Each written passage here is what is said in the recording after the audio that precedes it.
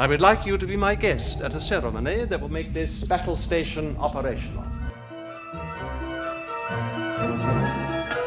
Unmistakably Star Wars, your source for a high-quality, informative, entertaining look into the Star Wars galaxy. So strap yourself in, because here's where the fun begins.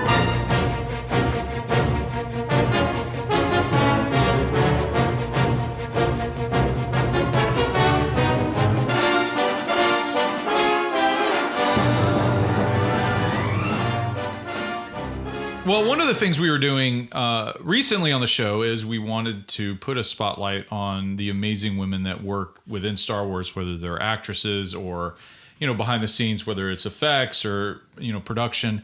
And Devin, you have an interview with an amazing actress. Wow, yeah. And a musician. And we're excited just to continue to do this on the show where we spotlight all these amazing women. Of course, our last episode, we had an interview with Trisha Barr, but Devin, do you want to introduce our interview as we lead off the show? Yeah, I would love to. I had the very good fortune of sitting down with quite possibly one of the most kind-hearted persons I've ever met.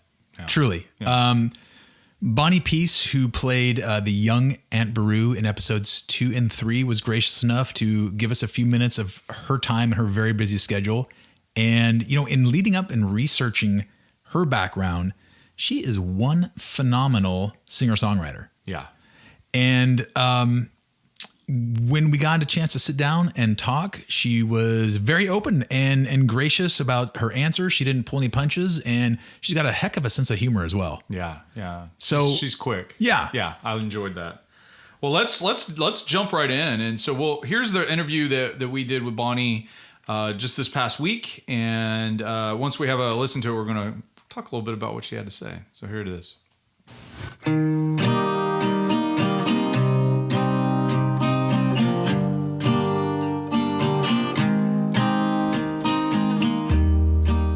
Bonnie Piesse is a singer, songwriter, composer, and actress originally from Melbourne, Australia. As an actress, Bonnie's best known for her role in Star Wars Episodes 2 and 3 as Beru, the woman who goes on to raise Luke Skywalker. Bonnie's also starred in a number of Australian television shows, including High Flyers, Horace and Tina, Blue Healers, Stingers, and Last Man Standing. Bonnie has also taken place in a number of short films, including You Have Reached Your Destination, Wonderful Things, and Like Ingrid Bergman. As a singer and songwriter, Bonnie has won numerous international awards, including the United Kingdom Songwriting Contest in 2013 for her song Ariella. Bonnie's songs and compositions have been featured on TV and film, including the CW series Life Unexpected, and the films El Cinder El Corazon, Expecting, The Three Hikers, and the web series Nova. Hey Bonnie, thanks for joining us on Unmistakably Star Wars. There are million and one questions that, of course, we'd like to ask you.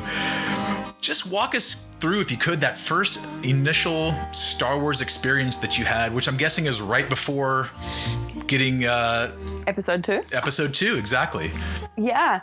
It was a bit random. Like, I'd been acting in Australia, but I had heard that you couldn't really approach Lucasfilm and ask for an audition. You kind of had to, see if they came for you. Right. And I thought that was a big long shot, but I knew that they were filming. So I was like, oh, that'd be cool. So I'd heard that you couldn't. And then randomly they contacted my agent and said they wanted to see me. Fantastic. So that was, very random. Outstanding. And so once you, I guess, got the green light for the part of the young Aunt Beru, what was that like? It was the most exciting thing ever. I mean, I was 16 and I was still in school, and I'd done, some smaller Australian productions. And to learn that I was going to go and shoot in Tunisia with George Lucas and Natalie Portman, right, and Hayden Christensen, right. It was really surreal. I remember there was a lot of jumping and screaming that happened at school. I'm sure. I'm sure. And yeah, so I think I had read in an interview at one point that had you seen any of the films prior to actually trying out and getting that part? So I think I'd seen episode 1. Okay. But I hadn't seen the originals, so sometimes I get booed at Star Wars conventions. So like, no. I take it you've seen them since then. Of course. And, when I heard that I had an audition, I quickly tried to watch as much as I could and ask all my Star Wars geek friends, like, help, you got to tell me, what's going on. Right. And now I'm a huge fan, especially I love the most recent one. So I'm just like a much bigger fan than I ever was. Like, it's just, I actually had become a big fan, and now I'm like kind of obsessed. That's awesome. Would you say that your fandom extends past the screen? Are you into like the comics and the cartoon with Rebels and stuff as well? I wouldn't say I appreciate that. And I look at some of the art that people do in terms of that, and it's just beautiful and a total art form to itself. I wouldn't say I'm a massive fan. Like, I don't collect them or, read them in that way. But. Right. Well, I know that you had tweeted out some pictures of you at the premiere for The Force Awakens. Yeah. And it just kind of wryly stated that you were hanging out with JJ, which made the rest of us very envious. But what was that like as compared to your experience of episodes 2 and 3, as far as the hype and the buildup and the expectation? I guess there was a lot of build-up for episode 2. And I didn't know how big my part would be in the end. So I was thinking, like, it could have been bigger than it was. I was really happy with how it turned out. Right. But there was a lot of, like, I don't know what to expect. A lot of people were telling me your life is going to change. Do you understand what it means to be in a Star Wars film? And I kind of heard this, but I never really got it. And even, like, I've been to conventions over the years and I see the massiveness of it. Right. But I don't think I ever really got it until I was at the premiere, and I was just like looking down Hollywood Boulevard, which was just one long big red carpet. Yeah. And the whole world's media was there, and I was like, I didn't get a premiere like that for episode 2. Okay. So I didn't experience that kind of hype. So it all kind of came together, and I was like, right, Star Wars, it's kind of a big thing. It's kind of a big deal, right? And you're part of that, which is a very cool thing. Yeah. Of all the characters out there, in my opinion, Aunt Beru is probably the most understated character, because we see very little of her on screen in all of this saga, but yet she's got the role to raise this baby Luke Skywalker who becomes the hero of the saga.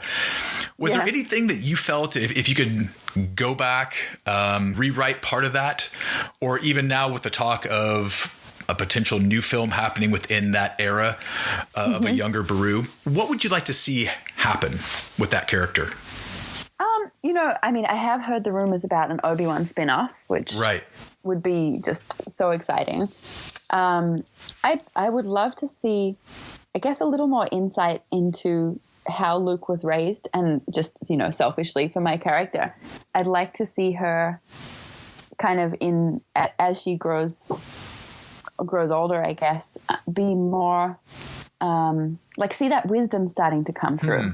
Right. Which in episode 3, I was kind of touching on that. Like, I was feeling that a little bit and looking out to the sunset. Right. I felt it was deeper and more meaningful than episode 2. Mm-hmm. Sure. But if we got a glimpse into what Beru brought to Luke in that way, I would love to see that. Absolutely. No, I think that'd be fascinating. And I think many of us have our fingers crossed for that Obi-Wan standalone film. Awesome. I hope so. And we'll hope that you get the call if that's the case. Yeah, I know. So if Disney were to actually do an Aunt Beru standalone film, what would the title be? Well, there'd be like episode 3.5, and then what would that subtitle be? Any idea? Oh, good question. Let me think for a second. How about Beru, How to Raise a Jedi? There you go. I love it. I love it. Speaking of that time frame within the Star Wars saga, Disney's said that they're going to release a young Han Solo film, which potentially takes place during the time that Beru is raising Luke. And of course, Disney hasn't announced anything yet, but do you have any personal favorites or picks of who might get that lead role? I don't know. I'm so impressed by all the young actors that are coming up at the moment. I feel like there's a really good mix of people who are really interested in the craft and jumping in different ways. And I'm excited to see that next generation come to Star Wars in that way. Absolutely. I don't really have a favorite. I would just, in some ways, I kind of like when they pick unknowns. And that seems to be a trend with Star Wars, at least historically speaking. They do a great job of picking some very talented people out of the crowd. Right. Yeah, absolutely. I think there's a lot of room for that. And Daisy, I thought, was just fantastic in The Force Awakens.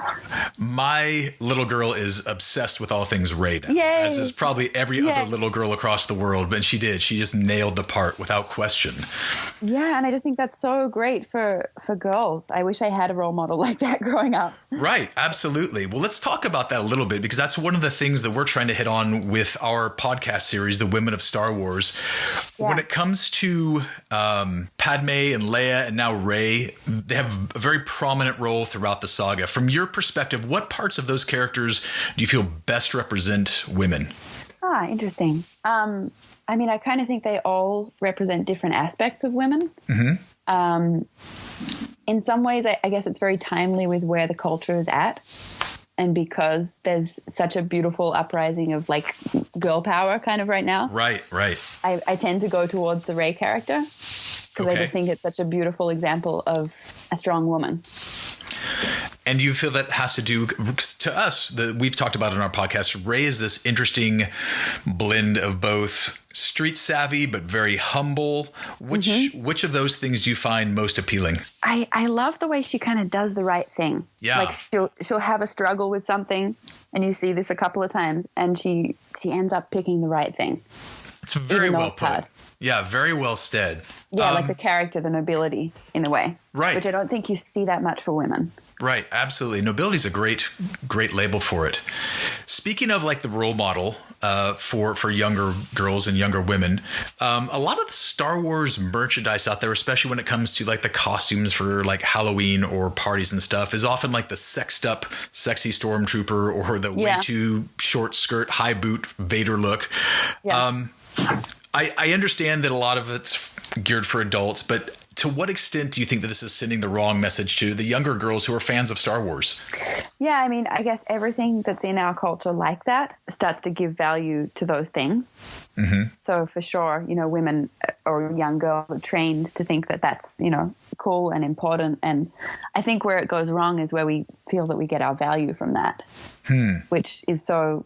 I mean, that happens all over the place. Right. And I know, pretty much every woman struggles with that. So I do think it has effects. I don't think it necessarily has to always be bad. Like maybe there's a way to do it that's fun and more supportive of women. Right. But I do find that, unfortunately, the programming of our society creates a lot of struggles for women in that way. Absolutely. Kind of building on that, Gwendolyn Christie, who played Captain Phasma in The Force Awakens, had an article in the LA Times. And this is her quote. Let me just read it to you. Mm-hmm. I think it's really interesting, modern and necessary to have a female character that isn't about the way her body looks. Of course, kind of commenting on Phasma being the chrome-plated trooper. Yeah. So just kind of take that and building on what you just said, in what ways do you think Star Wars can continue to push the bounds and really make the role of female characters not about body type and things like that? Yeah, I think by continuing to create characters that are going to be more in the direction of a strong sense of self, noble female characters. Sure. And I actually really loved Lupita's character as well, because I thought that she really went down, the path of wisdom and tapping into that. Mm-hmm. I think also because our society is so saturated with, how things look and all of that, we need to slowly progress into, I guess, finding a way to make it accessible, but not abusive to women. And just standing for better values and honoring the beauty of a woman versus more like as an object.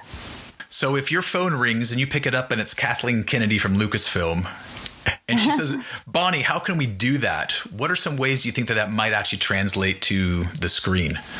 Is it just continuing to develop? Go ahead. Yeah, already what they're doing. Focus on the characters. Focus on showing women or girls even who care more about, I guess, doing the right thing and being good people versus just kind of standing there being the damsel in distress. Right. Excellent. All right, let me ask you a couple questions just for fun now. If you could have played any role in Star Wars other than the Beru, who would it be? Mm-hmm. Well, I mean, I want to say Rey. I used to say Yoda Really? Yeah, I would love to be Yoda. I think Yoda's fantastic. That is awesome. But now I want to be Rey. Okay, yes. If the Force existed in real life and you were a Force ghost, who would you appear to and what would you say? Interesting. And this assumes that I can kind of go back in time or do whatever I want, right? You have the Force, of course. Yeah, amazing. I would go back in time and appear to Gandhi and interview him and just ask, like, how did he come to have the beautiful understandings that he did that led him to be such a meaningful, nonviolent leader? That's great. All right, last just for fun question here. And this is the one that everybody wants to know. Okay. Who do you think Rey's parents are? Yeah, I know it's a really tough one. I kind of want to think Luke Skywalker is her dad. I think that would be really interesting. I don't really know. I guess I want to be surprised and see what they come up with. But I hope that I'm related to her in some There way. you go. That would be fantastic. That almost guarantees you coming back, doesn't it? There you go. Yeah.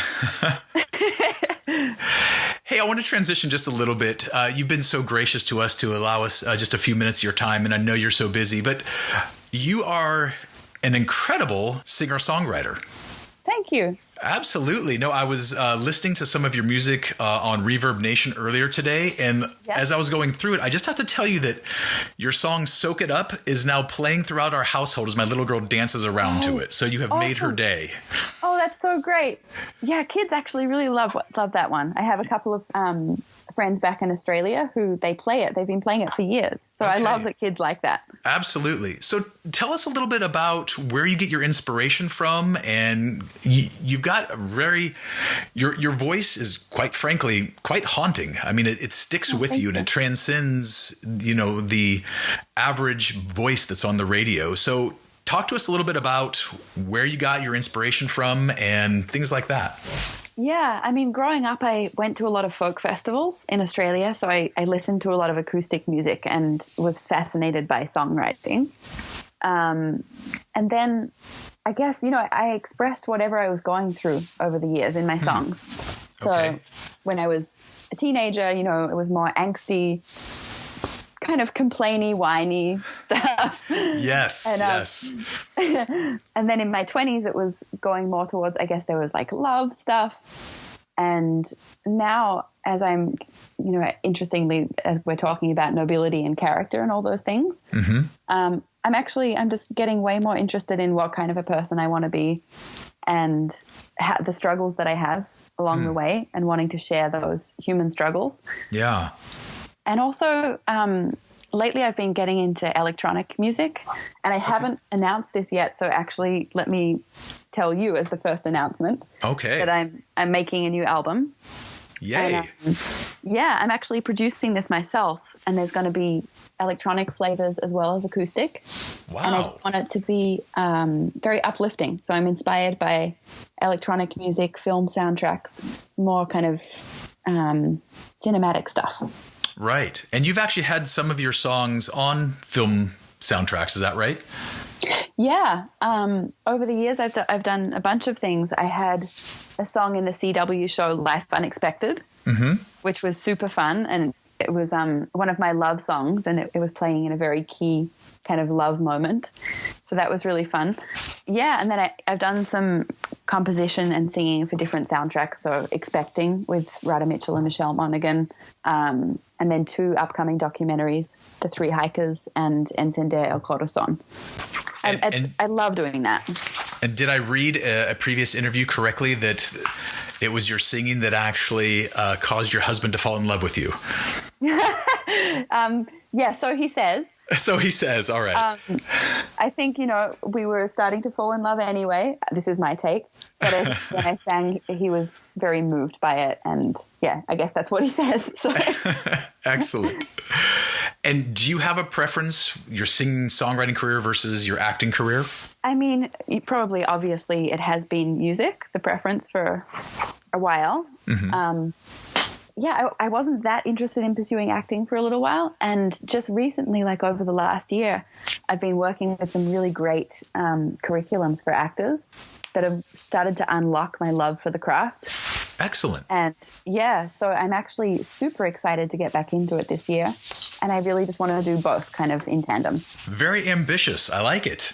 Yeah, you know, it's been a while since I've really pursued acting, and I'm excited to do that. Well, Bonnie, I appreciate all your time that you have so graciously given us, and Thank you. our fingers are crossed for Please. an Aunt Beru reappearance somewhere within the Disney scope of the Force and Star Wars. And we just wish you the best, and thank you so once much. again. Thanks so much, Devin.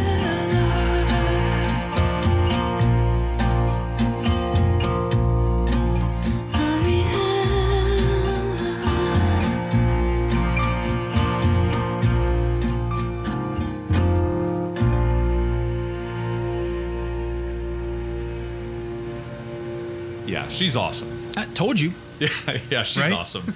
I'm curious, as the interviewer, you Right. know, were there things that stood out to you in your conversation that she said? There were several things that stood out. You know, it was funny going into it because I had no idea how much time that she had. She was also on the East Coast. I was on the West Coast, so it was much later her time. So I had sat down after doing my research and had probably 4 or 5 pages worth of notes and questions and all this. And I asked her at the beginning, I said, you know, how much time do you have? I want to respect that. And she said 30 minutes. And I'm just like, I'm immediately like scratching things off, trying to like narrow down the amount of questions. Yeah. And some of the things that stuck out, though, is she is such a fan of the Star Wars universe, and she gets it. Yeah. She not only gets fandom, but she gets the importance of strong women in roles within the Star Wars universe. Yeah. Yeah. It's interesting. I just listening to that, and she made that comment about, you know, you brought up the Obi-Wan Kenobi stuff. Maybe Right. there's a standalone film. Would Aunt Beru be in it? Right. You know, Yeah. I don't know. Did you like that little part of it? I Rebecca? did. I enjoyed that.